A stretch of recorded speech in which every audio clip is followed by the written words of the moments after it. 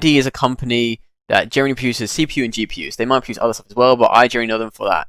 At the moment, Intel does reign supreme. At this point in time, it can also maintain the 5 GHz mark as well.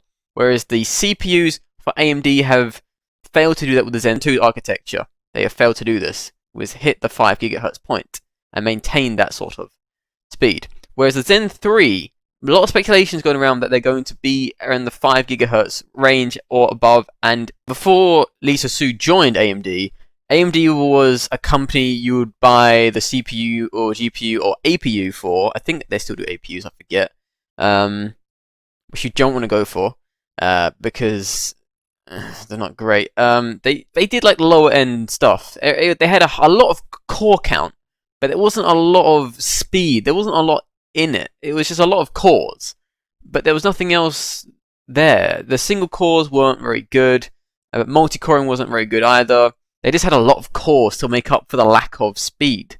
But right now they have a lot of cores and they have that speed, and they're just a little bit under Intel in terms of gaming. Now, when I opened up this YouTube page to watch it, and when at the beginning it said like only a few thousand waiting. Now it's at nearly 100,000 waiting for it. It says where gaming begins. Now this reminded me for some reason of the Nvidia keynote that was a month ago now. I think more or less exactly a month ago. I think it was on the 7th or something like that. I forget. So yeah, and this is gonna be like the next step in terms of like gaming, because we've got the Ampere line from the Nvidia, which, you know, they got their GPUs, but you got to remember AMD also do their GPUs, but they're still behind on that area, trying to compete with Nvidia, because Nvidia is actually consistent with what they do. Is I mean, like RTX 20 series wasn't amazing, or 2000 series in comparison to the 1060 when they released that in comparison to the previous generations. But then when they released the 30 series or 3000 series, like, they really emphasized its double performance, despite it being double in some areas but not in all areas. So it was more like 10 to 100% better in areas. So it's very so it's very from one end to the other in some performances for the GPU in comparison to the previous model. And also the price point for the 3090 is... Now, the AMD are not releasing or doing the keynote just yet for their big NAVI. No one's really sure they're going to be that great for the GPU, because, you know, they've got to specialize in 2 areas, whereas Intel and, you know, Nvidia can specialize in GPU only, and Intel is, you know, CPU only, or in generally like that sort of area. Not sure if they do other stuff, I forget. They're just generally known for those 2 things. Whether they do or not it's not something I really look into. But you know that AMD has been doing this for years. They've been doing CPUs and GPUs for ages now. So there's a lot of hype around this, because since Lisa Su started, she's been really bringing AMD to be a front runner in just the leading tech for PCs. And since the Zen 2 architecture, which was very close, and for the price it was pretty right as well. But then Intel cut their prices because they were seen as just money-hungry company and didn't care too much about the customer. Now if this is what everyone thinks it's going to be, then this truly could be where Intel falls behind AMD. Today, we're here to talk about our brand new CPU core. You've all been waiting for it. It's all about Zen 3. And with Zen 3, we focused again on bringing the best to the PC market. I'm so proud of what we've accomplished. Zen 3 increases our lead in overall performance. It increases our lead in power efficiency. And also now, it delivers the best single-threaded performance and gaming performance as well. Single, really? We've made massive changes in the core architecture, and I'm sure all of you want to know what's inside Zen 3. So let me hand it over to AMD CTO Mark Papermaster to give you all the details. Mark? Well, thank you, Lisa. I couldn't be more excited than to share a little bit more about Zen 3 and our progression to get here. It's been quite a journey. We set a course over 5 years ago to design a family of high-performance x86 CPUs. Our goal, very simply, outright leadership. We set up the team so that development of multiple processor generations could be done in parallel, with designers leapfrogging from one generation to another. This has resulted in consistent delivery to the market as promised. I could not be more proud than to help unveil our third generation of Zen Core debuting in Ryzen desktops this fall. It is a beast in performance and will deliver absolute leadership in the x86 market. Zen brought us back into high performance with a 52% improvement in instruction per clock in a single generation. It built a strong base for us to build upon as we developed the Zen family. What is it though? Last year, Zen 2 brought double-digit % increase in instruction per clock and debuted 7 nanometer in chiplet technology. That 7 nanometer efficiency enabled leadership, multi-core performance, and core density. The innovative chiplet implementation allowed us ease of manufacturing with the small 7 nanometer die and scalability to leadership core counts. And now Zen 3. Wow, what a great job by the design team to improve every aspect of the CPU, delivering leadership performance in that same 7 nanometer node. Higher frequency, higher instruction per clock, with design improvements across all of the CPU components, and lower latency on top of that. You look at some of the key elements. There's a new layout of our processor that brings all the cores onto a unified 8-core complex. And that accelerates core-to-core communication. That's especially helpful for gaming workloads. That consolidation actually allows every core to directly access the 32 megabytes of L3 cache. And that dramatically accelerates workloads that are latency sensitive, like gaming. And finally, significant changes throughout the Zen 3 architecture, generating a 19% instruction per clock uplift. That's on top of the significant gains that we had just in the mid of last year with Zen 2. Altogether, Zen 3 is our most significant architectural update yet across the Zen family. We made the Zen 3 floating point and integer execution units wider, more flexible. Should always take everything they say with a grain of salt. And allows us to deliver more execution capability to the user at a lower latency. We've increased the number of loads and stores that we can do versus Zen 2, helping us feed those wider execution capabilities of Zen 3. We've added more branch prediction bandwidth. It allows Zen 3 to tackle back-to-back predictions much more quickly, reducing the delays. We call it zero bubble. These innovations keep Zen 3 ahead of the industry norm on generational improvements and position Zen 3-based Ryzen to be a clear desktop performance leader. Microprocessor performance engineering never has one single bullet. It takes focused microprocessor engineering. It's a broad set of improvements that are needed to make a great architecture. It takes innovation on all of the key levers. Zen 3 is a total front-to-back. Wait. Where's the 5 gigahertz? This says fixed 4 gigahertz frequency at 8 cores. So you have to remember this is a 4 gigahertz frequency fixed. Redesign. We want to know about the 5 gigahertz. Architecture had laser focus on performance on every element. End-to-end improvements. The caching, load store, our execution units, our prefetching, our dispatch, our decode. Zen 2, in fact, had been organized with 2 4-core cache complexes, and it was tightly integrated. That was a very good design, but what we found is that we brought that together into that single unified cache core complex, that we brought that direct access to 32 megabytes of L3 cache rather than the 16 megabytes that we have with Zen 2. That direct access to a cache pool of this size is very significant for gaming. They tend to make frequent use, of course, of the memory subsystem, and in fact, many games have a dominant thread. And that makes especially heavy use of the cache, and that thread now sees effectively twice the L3 cache in Zen 3. So every core can now communicate directly to the cache without traversing across the die. And that reduces latency. And it stays synchronized for some reason. Applications using AI, audio, physics, and more. Why? You can see that we continue our relentless commitment to energy efficiency with every generation. we're always honing our design methodologies to focus on performance per watt, even as we make the processors faster for gamers. Zen 3 is no different, delivering up to 24% improvement in power efficiency versus the prior generation. That's double-digit performance per watt uplift in the same process node. And that's on top of all the architectural changes that we drove in to drive up the performance. Our commitment to energy efficiency across time has put us in the driver's seat. Today, we're more than 2.8x more efficient than competing high-end desktop processors. And that's only a strengthening of the leadership that we demonstrated in the prior Zen 2 era. But you can tell. We will not let up going forward. Massive We're focused on i9 in execution. the back. Zen 3 is shipping as promised, and the 5nm Zen 4 on track in design.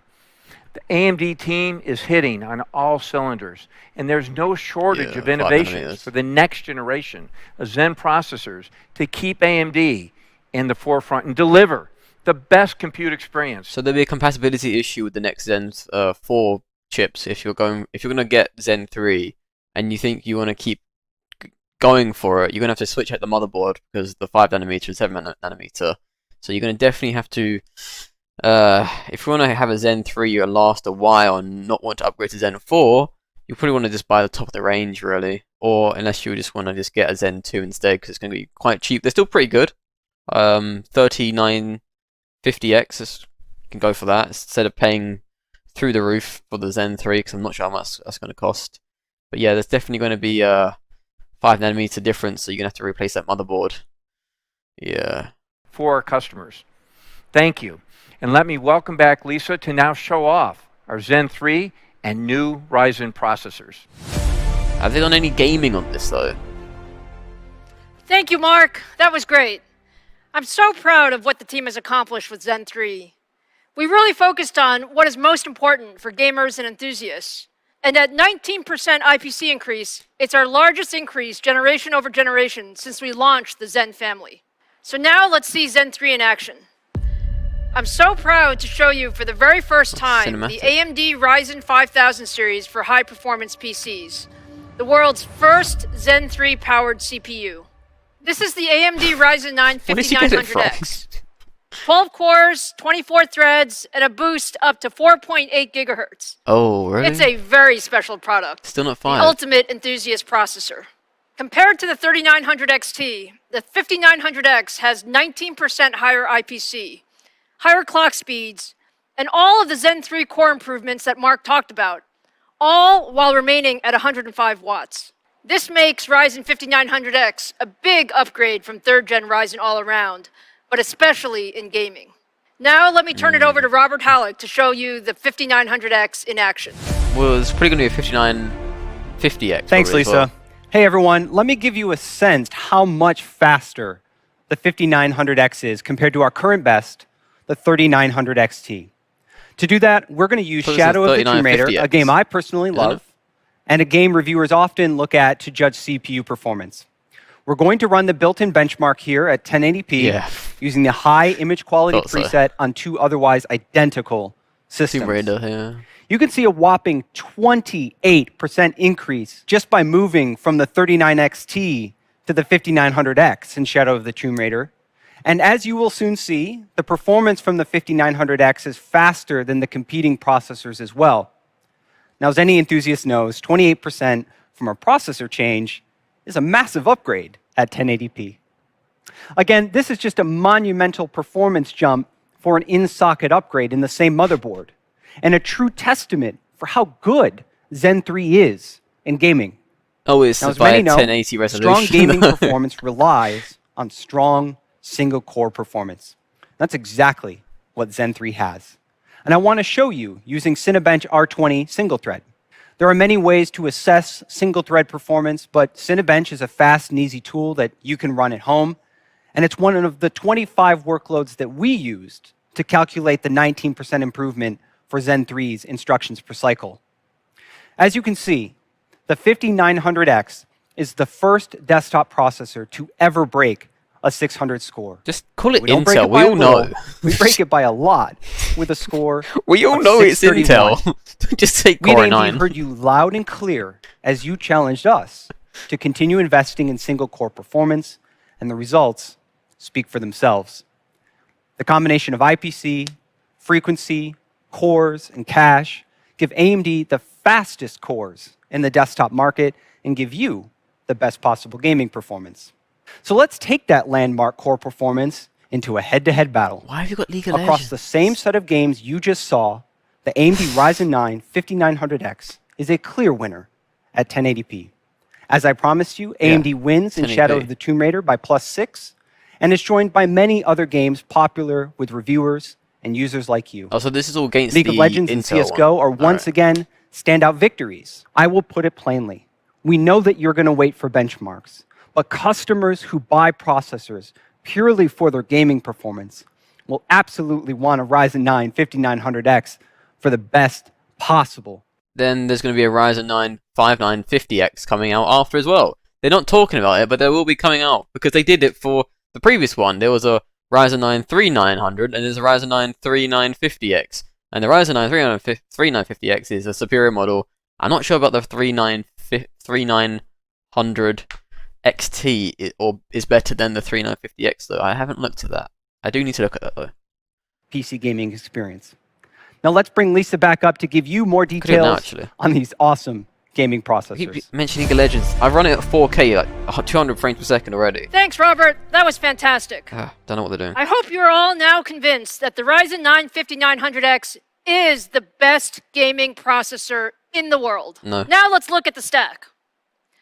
In the 5000 series, we have a great choice for every gamer or PC enthusiast.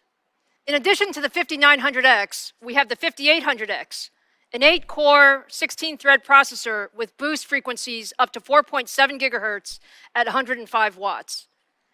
And we also have the 5600X, a 6-core, 12-thread CPU with boost frequencies up to 4.6 gigahertz at 65 watts. Now let's talk about price and availability. The 6-core 5600X is $299. The 8-core 5800X is $449, and the amazing 5900X, combining the leadership performance and power efficiency of Zen 3 in a 12-core 7nm design, is priced at $549. And all of these will be available globally on November 5th. We're really proud of the 5000 series, but you know we're not done. We love our enthusiasts, and there's one more processor in our stack, which is the ultimate processor for gaming and content creation. For those of you who want the very best processor in a desktop PC, we have the 16-core Ryzen 9 5950X. There we go. The 5950X is simply an amazing CPU. Here it is. 16 cores, 32 threads, Nearly beats and it. our fastest processor with boost frequencies up to 4.9 gigahertz. The 5950X breaks the Cinebench R20 single-threaded record that Robert set just a few minutes ago with a score of 640. It is truly the best in class in every dimension. Best gaming performance meets best processor for content creation, and all of this still at 105 watts. Now let's take a look at some of the performance. If we look at the generational uplift from the 3950X to the 5950X, we see up to 27% more performance in CAD workloads and 12% more performance in rendering workloads. More impressively, we see up to 29% more gaming performance. And this is really how we bring the best of both worlds together. The best for gamers and the best for creators. And now, if you put 5950X against the top of the stack from the competition, we see that the 5950X provides up to 59% more creative performance in rendering workloads, double-digit wins in video editing and software compiling, and we also win in lightly threaded CAD workloads as well. We're really proud of the fact that we also win in gaming. There's nothing like the 5950X in the world. We win in gaming. One processor will win in gaming.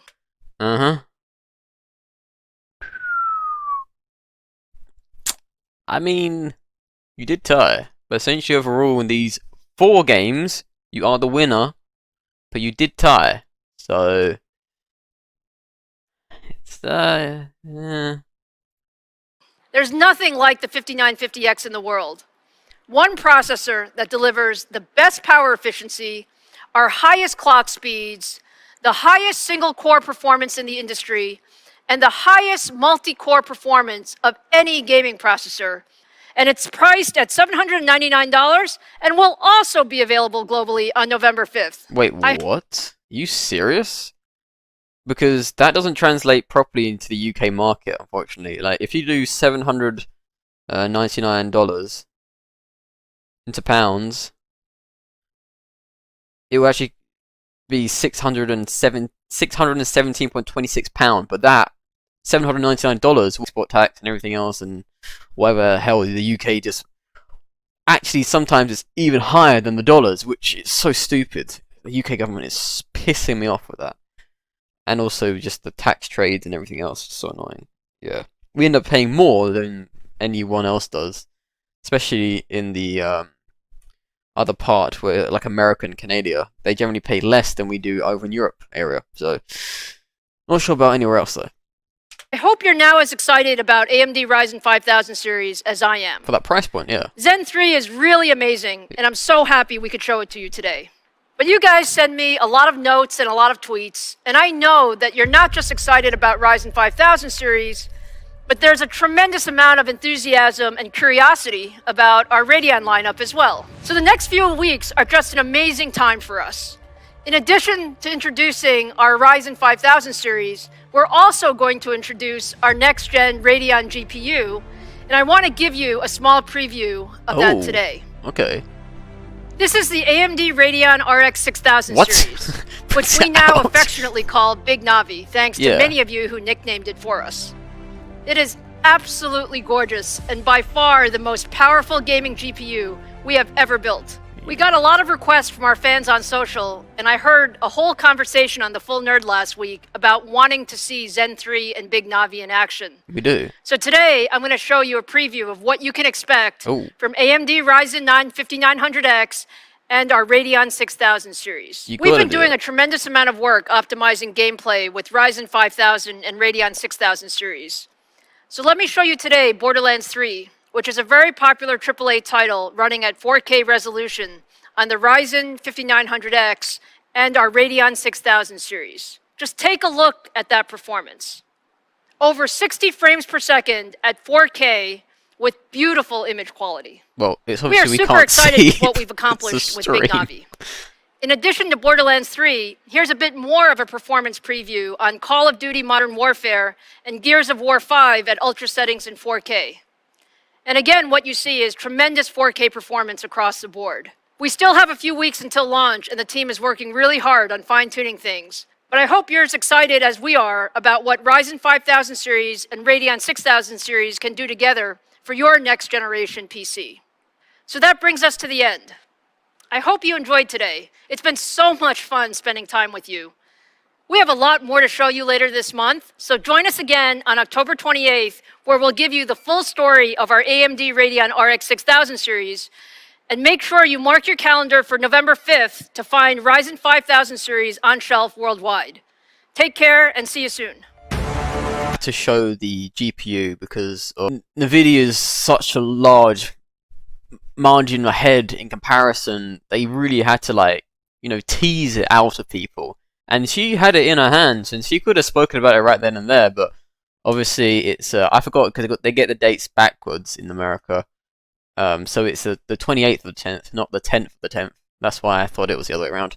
Yeah, so that was quite nice to know that they are releasing the Ryzen 9 5950X with everything else, because that's the primary one. I did look online, actually, the benchmarks, and depending what you wanted, speed, you go for the 3900 XT, but for multi-core performance, you want to go for the 3950, it seems, from what I can see on the userbenchmark.com. Prices are very similar, so, and it's cheaper by like 7%, so if you want to go for the previous model, they're not horrible either.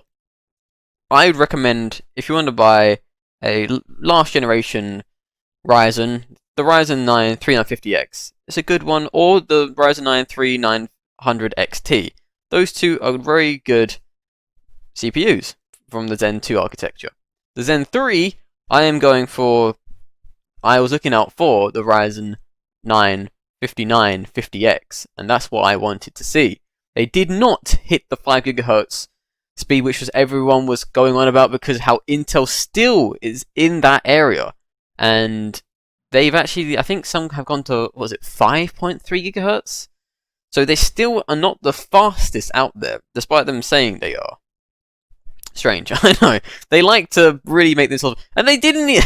They really just put the. They didn't say Intel. They put the Core i9, and this is our competitor. You only have one competitor, Intel. Just put Intel there. We know it's Intel. Don't be so stupid about it. But if it is $799 for that, the Ryzen 9 5950X. I got to get used to saying that instead of 3. The skip of generation is slightly confusing to say, actually. So the 4950X, you have to say the 5950X instead of the 3950X. That jump will confuse a bit of speech in people, which is understandable. You know, the 4000 series for their laptop, and they explained that. They didn't say to confuse customers, and obviously it's a little confusing, but it's less confusing than naming it the same thing like Xbox have done. Only recently have laptops got AMD processors in them, and that's because only now are they any good. Years ago, they weren't any good. That's why majority of laptops, you went to any sort of store, especially in the UK, generally 9 out of 10 Intel, maybe even 9.5 out of 10 Intel. Very rarely would you see AMD stick it anywhere. But buying a laptop, even a PC, you'd never really see AMD. I am looking forward to getting my hands on one of those. So my PC build will consist of the Nvidia GPUs, because AMD is still behind in that area. Intel, because it's a faithful, customers, but a lot of people want to be ahead in every aspect. So a lot of people would go for the Nvidia GPU, and a lot of people would go for the CPU, the AMD Ryzen 9 5950X. I almost said 3. Okay, it's a habit I got to break. Because I was doing a lot of research on that when I was gonna build my new system, and I think I even implemented that into my sort of plan for it. And then my half brother tells me, you should hold off for a few months. I was like, I thought about this in like February. I've waited a while, to be honest. I'm very patient when it comes to spending money, because I missed the entire. Because I bought this 4 years ago, and it was around high-end tier, medium to high-end tier. It wasn't top of the range, but it wasn't exactly bottom of the range. And now this is around medium-low tier. So, and because what I want to do is multiple performance, AMD is great for that, where Intel is more single performance. I'm not sure why AMD is not going for the 5 GHz. Maybe because it's not, they can't keep it at a consistent 5 GHz, or the thermals aren't going to be very good for it. They've got to really work on that. And I think Zen 4 has to hit 5 GHz. They cannot not hit it, really, because you've got to 4.9. You can't go anywhere else but up. So their next architecture will get them to the 5 GHz. But it did disappoint everyone hoping that they would hit the 5. That's what I'm saying. Everyone was hoping they would hit 5. It was in every tech influencer was saying, we hope that AMD can hit the 5 GHz mark. They didn't say anything, so people could maybe mess around with it and it might hit the 5, but I'm not sure it's supposed to. Let's say that. That's some of my thoughts on it. Thank you for watching, and I'll see you guys next time. Goodbye.